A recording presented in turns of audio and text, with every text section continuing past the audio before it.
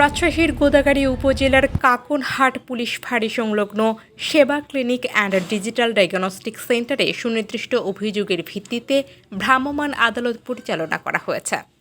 অনিয়মের সত্যতা পাওয়ায় অভিযানে ক্লিনিকটি সিলগালা করে বন্ধ ঘোষণা করা হয়। বুধবার স্বাস্থ্য মন্ত্রণালয়ের নির্দেশনা এবং রাজশাহী জেলা প্রশাসনের উদ্যোগে এই অভিযান পরিচালিত হয়। ভ্রাম্যমাণ আদালতটি পরিচালনা করেন সিনিয়র সহকারী কমিশনার অভিজিৎ সরকার।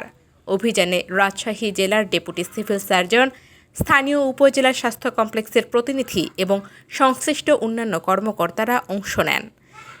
জানা যায়, অভিযোগের ভিত্তিতে ক্লিনিকটির সার্বিক কার্যক্রম পরিদর্শন ও প্রয়োজনীয় নথিপত্র যাচাই বাছাই শেষে ভ্রাম্যমাণ আদালত প্রতিষ্ঠানটি বন্ধের সিদ্ধান্ত নেয়। পরে উপস্থিত কর্মকর্তাদের সামনে ক্লিনিকটির মূল ফটকে সিলগালা করে দেওয়া হয়। অভিযান পরিচালনাকারী কর্মকর্তারা জানান, সাধারণ মানুষের সুরক্ষিত স্বাস্থ্যসেবা নিশ্চিত করতে এবং অবৈধ ও নিয়ম বহির্ভূতভাবে পরিচালিত ক্লিনিকগুলোর বিরুদ্ধে প্রশাসনের এ ধরনের অভিযান আগামীতেও অব্যাহত থাকবে।